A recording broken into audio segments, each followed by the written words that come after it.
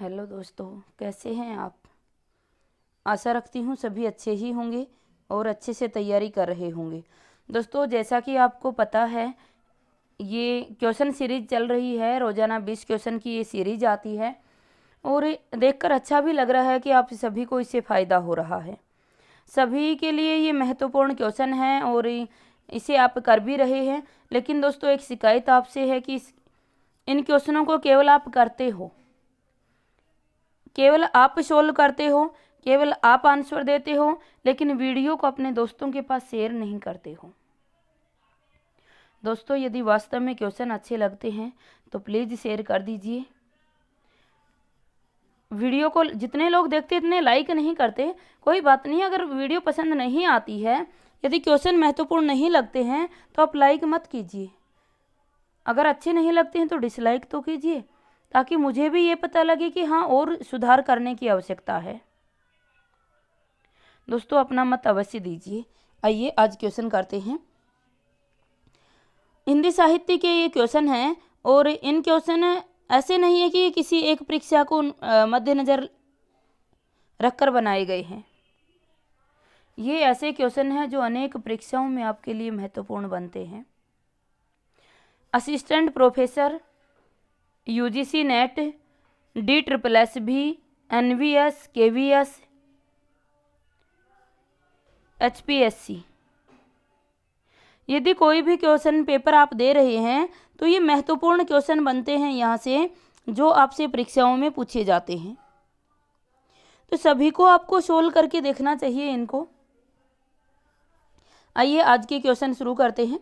आज का क्वेश्चन है, पहला क्वेश्चन है, मैं घमंडों में भरा ऐठा हुआ, एक दिन जब था मुंडेर पर खड़ा, अचानक दूर से उड़ता हुआ, एक तिनका आंख में मेरी पड़ा।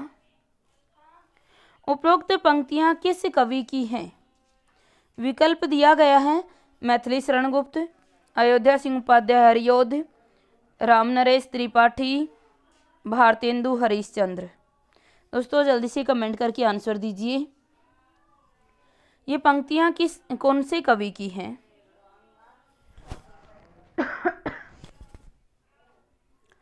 दोस्तों, आंसर हो जाएगा हमारा कौन सा, बी, अयोध्या सिंह उपाध्याय हरिऔध। हरिऔध की ये पंक्तियां हैं और इनकी एक रचना है एक तिनका।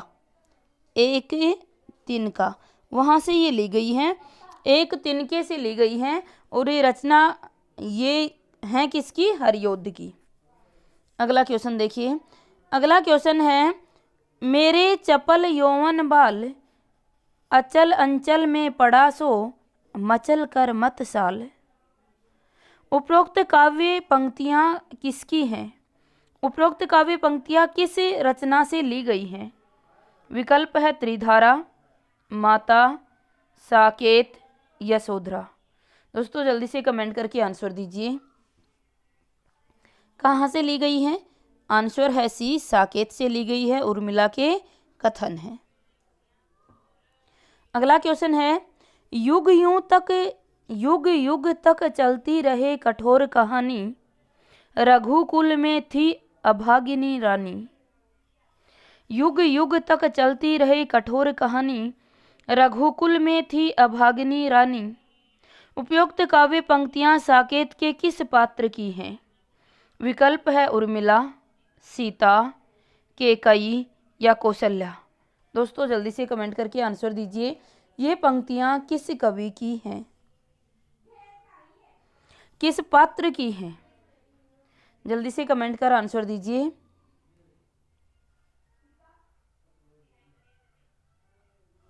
दोस्तों, आंसर है सी, केकई की। ये किसके कथन हैं, ये केकई के कथन हैं। हाँ दोस्तों, कहना चाहूँगी कि कुछ लोग, आप में से ही कुछ लोगों ने वीडियो को बहुत लाइक किया, बहुत स्नेह दिया, उसके लिए मैं आपकी आभारी हूँ। कुछ कमेंट कल की वीडियो में मुझे देखने को मिले, वास्तव में मैं उनसे अभिप्रेरित हुई हूँ। मैं उनका बार बार धन्यवाद करना चाहती हूँ, जो वास्तव में वीडियो को समझते हैं। उन्हें पता है कितने महत्वपूर्ण ये क्वेश्चन हैं और कमेंट कर मेरे लिए मोटिवेशन का कारण बनते हैं। आइए आगे क्वेश्चन करते हैं। अगला क्वेश्चन है, सारे देव वृंद से खींच कर देवराज के नयन हजार, कामदेव पर पड़े चाव से, कामदेव पर बड़े चाव से आकर पड़े एक ही बार। सारे देव वृंद से खींच कर देवराज के नयन हजार, कामदेव पर बड़े चाव से आकर पड़े एक ही बार। उपरोक्त पंक्तियों के रचनाकार कौन है?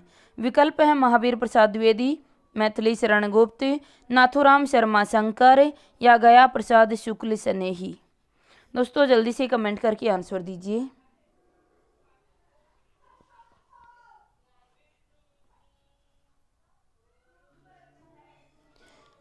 किसकी पंक्तियां हैं? आंसर हो जाएगा महावीर प्रसाद द्विवेदी, एम द्विवेदी की ये पंक्तियां हैं। अगला क्वेश्चन है, युग युग तक चलती रहे कठोर कहानी, रघुकुल में भी थी एक अभागिनी रानी, निज जन्म जन्म में सुने जीव यह मेरा, धिकार उसे था महास्वार्थ ने घेरा। इन पंक्तियों में किन भावों की अभिव्यंजना हुई है? विकल्प है अनुताप, विनय, गर्वोक्ति या लोक व्यवहार। दोस्तों नीचे कूट दिए जा रहे हैं, सही कूट का चयन कर आपको आंसर देना है। इन पंक्तियों में किन भावों की अभिव्यंजना हुई है? जल्दी से कमेंट करके आंसर दीजिए।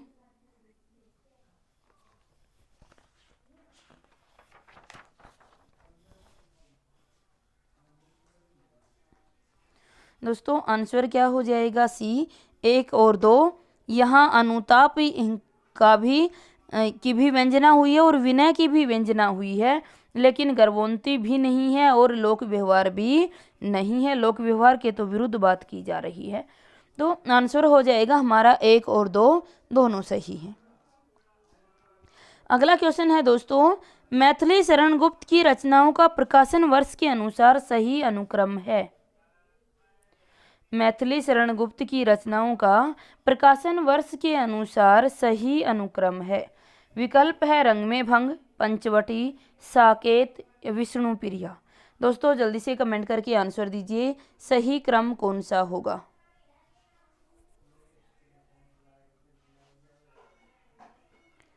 आंसर हो जाएगा ए, रंग में भंग कब की है? 1909 की रचना है। पंचवटी कब की है? 1925। पंचवटी से क्या याद रखें? 25। साकेत कब की है? तो ये कोड में आपको याद करवाया गया था कि उर्मिला कितने साल की थी? 31 साल की थी, है ना। और यशोधरा कितने साल की थी? 32 साल की थी।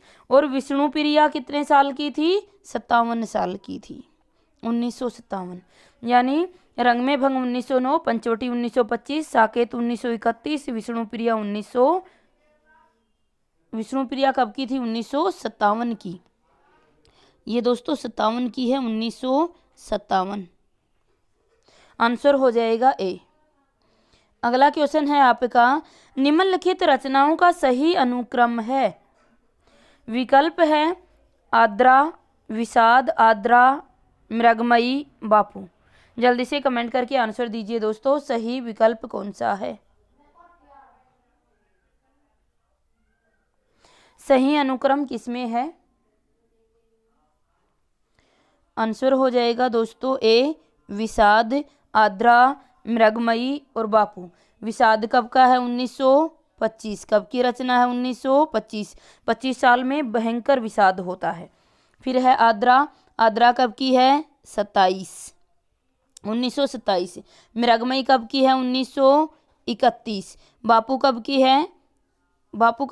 मृगमयी कब की है? 1936 की है। 31 की नहीं, 36 की है। और बापू कब का है? 1937 का। आंसर क्या हो जाएगा?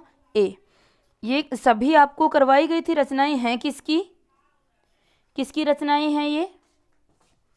जल्दी से कमेंट कर आंसर दीजिए, रचनाएं किसकी हैं दोस्तों? बहुत अच्छे से कोड से आपको ये याद करवाई हुई है कि सियाराम एक दिन आसमान से क्या कर रहे थे?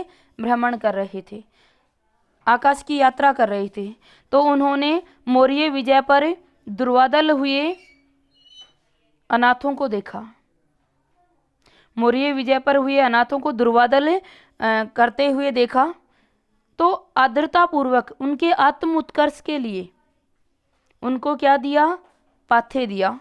जिसमें कौन कौन थे, पाथे पाने वालों में मृगमयी थी, बापू था, नकुल था, ये सभी इनकी रचनाएं हैं। तो किसकी थी ये, सिया और राम यानी सिया राम शरण गुप्त की रचनाएं थी। नेक्स्ट देखिएगा, अगला क्वेश्चन है हमारा, प्रकाशन वर्ष के अनुसार हरियोध की काव्य कृतियों का सही अनुक्रम है। विकल्प है प्रिय प्रवास, पद्य प्रसून, चोखे चोपदे या वैदही वनवास। जल्दी से कमेंट करके आंसर दीजिए दोस्तों।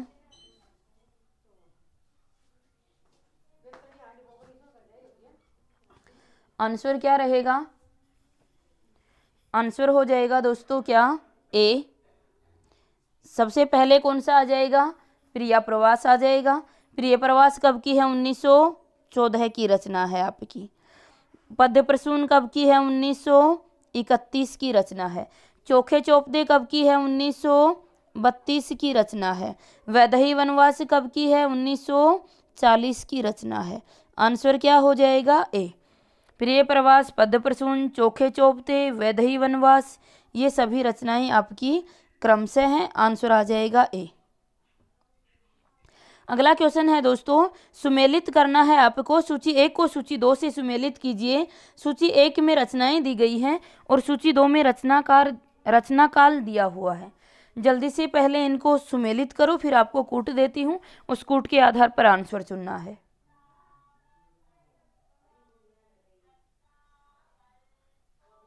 दोस्तों ये नीचे कूट दिया गया है, इस कूट के आधार पर आपको आंसर देना है।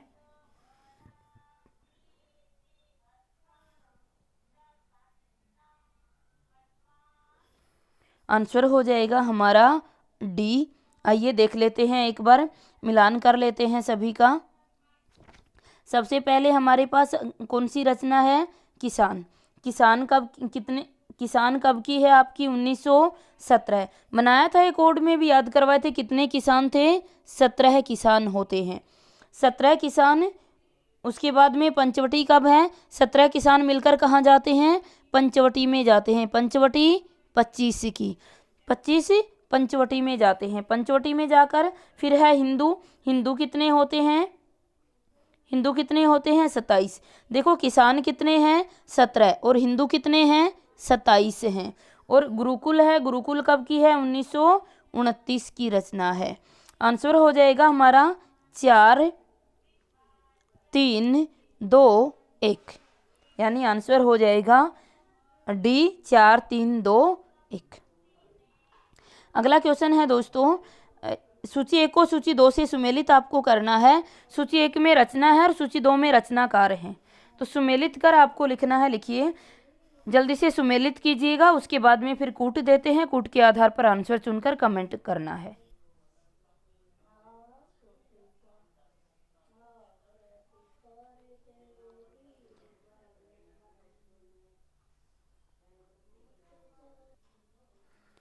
देखिए दोस्तों, मैच आपने कर ही लिया होगा, तो नीचे कूट देते हैं आगे, और कूट के आधार पर हमें आंसर देना है। ये आपके लिए कूट है, जल्दी से सही कूट का चयन कर आंसर दीजिए।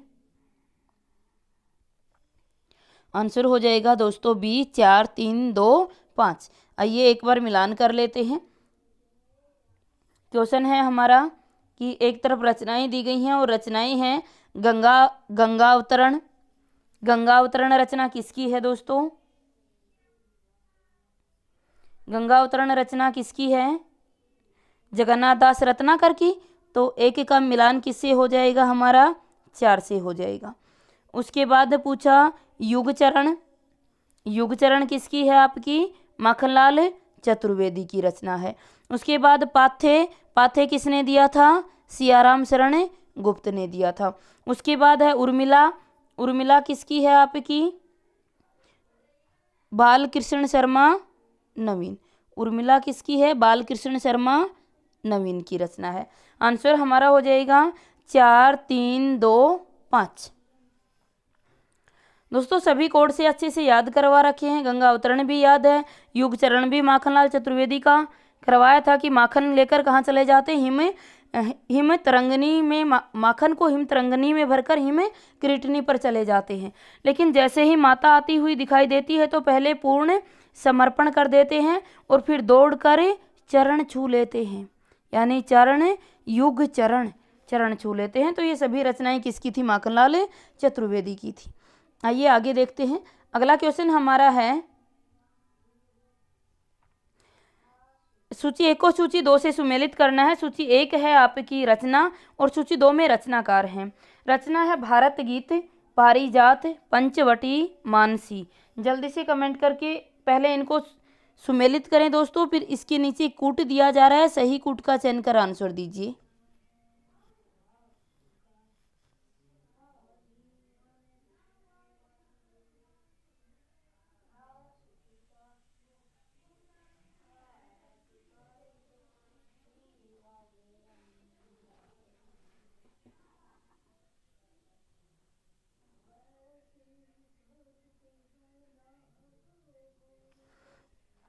आंसर हो जाएगा दोस्तों हमारा ए।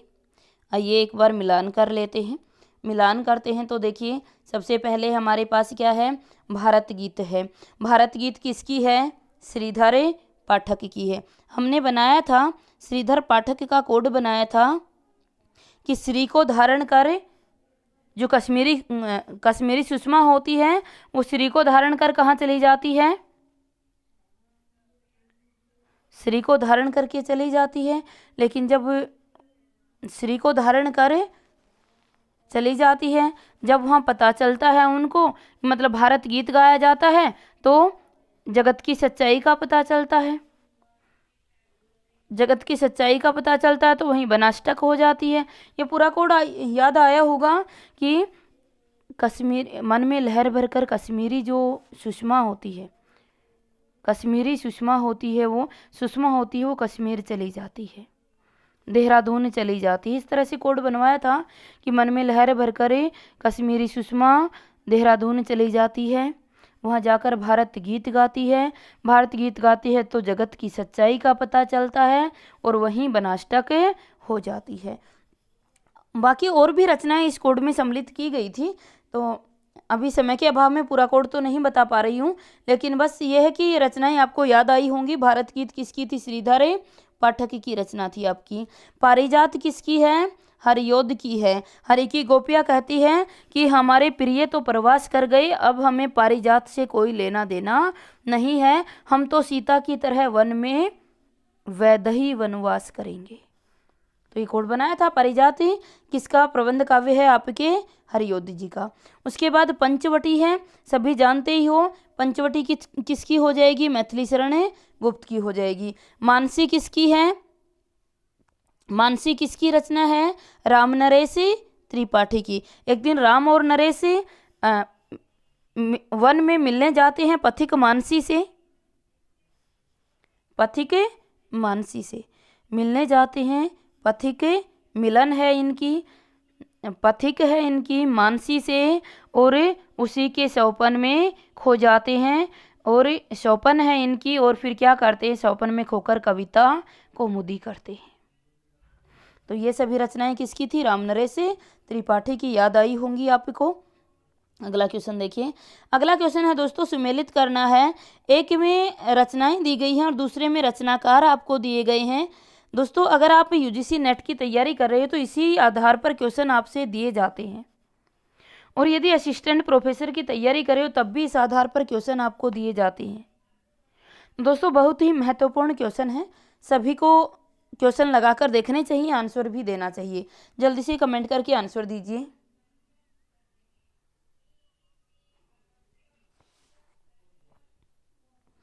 आंसर हो जाएगा दोस्तों हमारा ए। देखिएगा, चोखे चोपदे है। चोखे चोपदे किसकी रचना है, सभी जानते हैं। चोखे चोपदे किसकी होगी, हरियोध की होगी। चोखे चोपदे किसकी रचना है, हरियोध की है। देवदूत किसकी रचना है आपकी, किसकी है, रायदेवी सिंह पूर्ण की है। समर्पण किसकी है, माखनलाल चतुर्वेदी की है। उसके बाद है मानसी, किसकी है, मानसी रामनरेश त्रिपाठी की है। आंसर हो जाएगा हमारा ए, यानी कि आंसर हो जाएगा 2, 1, 4, 3। 2, 1, 4, 3। अगला क्वेश्चन है दोस्तों, निम्नलिखित कथनों पर विचार कीजिए। मैथिली शरण गुप्त राष्ट्र कवि कहलाते हैं। साकेत की रचना इन्होंने ही की है। हजारी प्रसाद द्विवेदी इनके प्रेरक गुरु थे। कामायनी इनकी प्रसिद्ध रचना है। कौन निम्न में से कौन असत्य कथन है? जो असत्य कथन है उनको चुनना है। तो जल्दी से कमेंट करके दोस्तों आंसर दीजिए, कौन सा असत्य कथन है।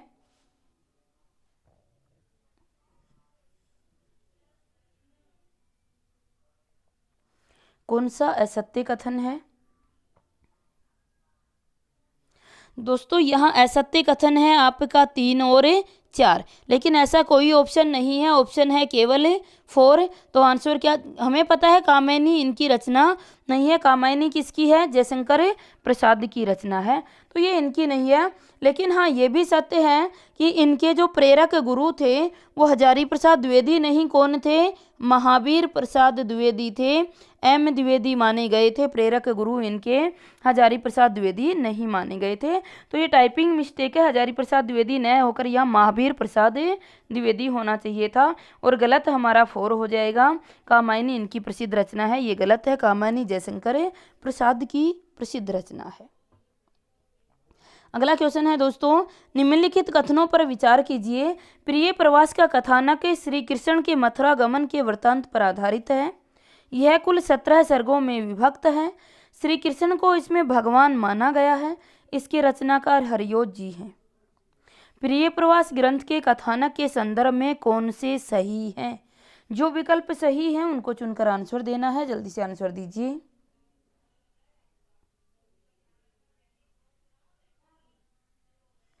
दोस्तों हमारा आंसर हो जाएगा आंसर हो जाएगा सी, 1, 2, 4 सही हैं। देखिए इसमें एक हमारा बिल्कुल सही है कि प्रिय प्रवास का कथानक श्री कृष्ण के मथुरा गमन के वृत्तांत पर आधारित है। हमने कोड भी बनाया था कि गोपियाँ कहती हमारे प्रिय तो 14 साल की आयु में ही मथुरा प्रवास कर गए हैं, यानी 1914 इसकी रचना काल है। और गोपियाँ कहती हैं हमारे स्वामी कौन? कृष्ण कहाँ चले गए हैं? मथुरा गमन कर गए हैं। इसमें कुल कितने सर्ग हैं? 17। ये भी बिल्कुल सही है।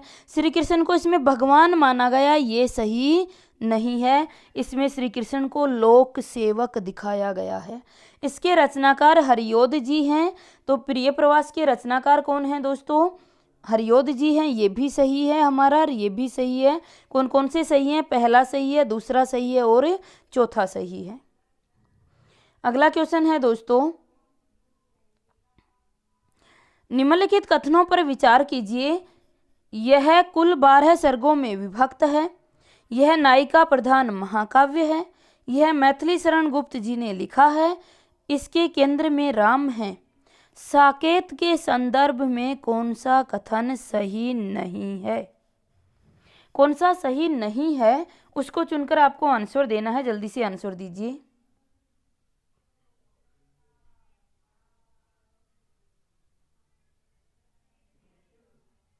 देखिए देखते हैं दोस्तों, यह कुल 12 सर्गों में है तो साकेत 12 सर्गों में है, तो इसका ए जो है वो बिल्कुल सही है। साकेत कितने का है? 12 सर्गों में है। यह नायिका प्रधान है तो बिल्कुल सही है, नायिका प्रधान है। यह मैथिली शरण गुप्त जी ने लिखा है, तो ये किसका है साकेत? आपका साकेत किसके द्वारा लिखा गया था? मैथिली शरण गुप्त के द्वारा लिखा गया था, तो ये भी आपका बिल्कुल सही है। और उसके बाद दिया गया है इसमें कि इसके रचनाकार हरियोध जी हैं, इसके केंद्र में राम को रखा है। तो दोस्तों ये गलत हो जाएगा। इसके केंद्र में राम को नहीं रखा गया। इसके केंद्र में कौन है? साकेत के केंद्र में कौन है? आपकी उर्मिला। साकेत के केंद्र में उर्मिला है आपकी। यहाँ इसके केंद्र में राम नहीं है। तो कौन सा कथन सही नहीं है? हमारा आंसर आ जाएगा दोस्तों डी, केवल 4 सही नहीं है, बाकी सभी इसमें सही है। अगला क्वेश्चन देखिए दोस्तों, अगला क्वेश्चन दिया गया है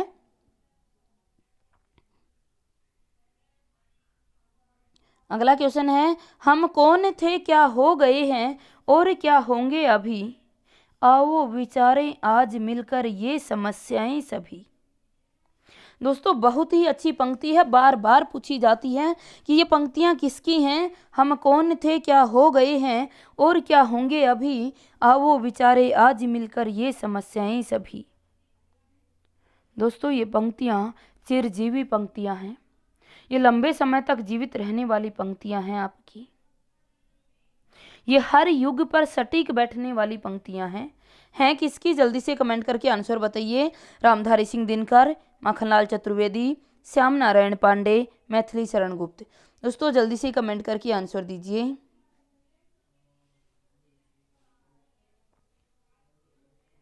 आंसर आ जाएगा हमारा डी, आंसर हो जाएगा डी, मैथिली शरण गुप्त की ये पंक्तियां हैं। अगला क्वेश्चन है, मानस भवन में आर्य जन जिनकी उतारे आरती, भगवान भारतवर्ष में गूंजे हमारी भारती। उपयुक्त पंक्तियां किस ग्रंथ की हैं? विकल्प है साकेत, भारत भारती, जय भारत या गुरुकुल। दोस्तों जल्दी से कमेंट करके आंसर दीजिए। सभी जानते ही हैं ये जो ओज भरी पंक्तियां हैं ये कौन किसकी हैं? बी, भारत भारती से ली गई हैं, राष्ट्र प्रेम से भरी हुई ये पंक्तियां हैं। अगला क्वेश्चन है, सर्गो नरक ठिकाना नहीं, उपयुक्त पंक्ति के रचनाकार कौन है? विकल्प है महावीर प्रसाद द्विवेदी, भारतेंदु हरिश्चंद्र, नाथुराम शर्मा शंकर या प्रताप नारायण मिश्र। दोस्तों जल्दी से कमेंट करके आंसर दीजिए किसकी पंक्तियां हैं। जिन्होंने पेड क्लासेज ली हैं डायरेक्ट ये पंक्तियां आपको लिखाई गई हैं। आंसर क्या हो जाएगा हमारा? ए, महावीर प्रसाद द्विवेदी। ये एम द्विवेदी की है, सर्गो नरक ठिकाना नहीं। अगला क्वेश्चन है, कवि कुछ ऐसी तान सुनाओ जिससे उथल पुथल हो जाए। ये पंक्तियां किस कवि की हैं? दोस्तों पुनः देखिएगा, बहुत ही अच्छी पंक्तियां हैं। कवि कुछ ऐसी तान सुनाओ जिससे उथल पुथल हो जाए। ये पंक्तियां किस कवि की हैं? विकल्प है माखनलाल चतुर्वेदी, बालकृष्ण शर्मा नवीन, सियाराम शरण गुप्त या रामेश्वर शुक्ल अंचल। दोस्तों जल्दी से कमेंट करके आंसर दीजिए। आंसर हो जाएगा दोस्तों बी, बालकृष्ण शर्मा नवीन की पंक्तियां हैं और इनकी एक रचना थी विप्लव गान। कौन सी थी? विप्लव गान। एक इनकी रचना थी विप्लव गान, वहाँ से ये पंक्तियां ली गई हैं। कभी कुछ ऐसी तान सुनाओ जिससे उथल पुथल हो जाए। अगला क्वेश्चन है दोस्तों, दिवस का अवसान समीप था, गगन था कुछ लोहित हो चला। उपर्युक्त पंक्तियां किस ग्रंथ की पंक्तियां हैं? विकल्प है वैदेही वनवास, प्रिय प्रवास, पद्य प्रसून या रस कलश। जल्दी से कमेंट करके आंसर दीजिए दोस्तों, बहुत ही महत्वपूर्ण पंक्तियां हैं। किसकी पंक्तियां हैं?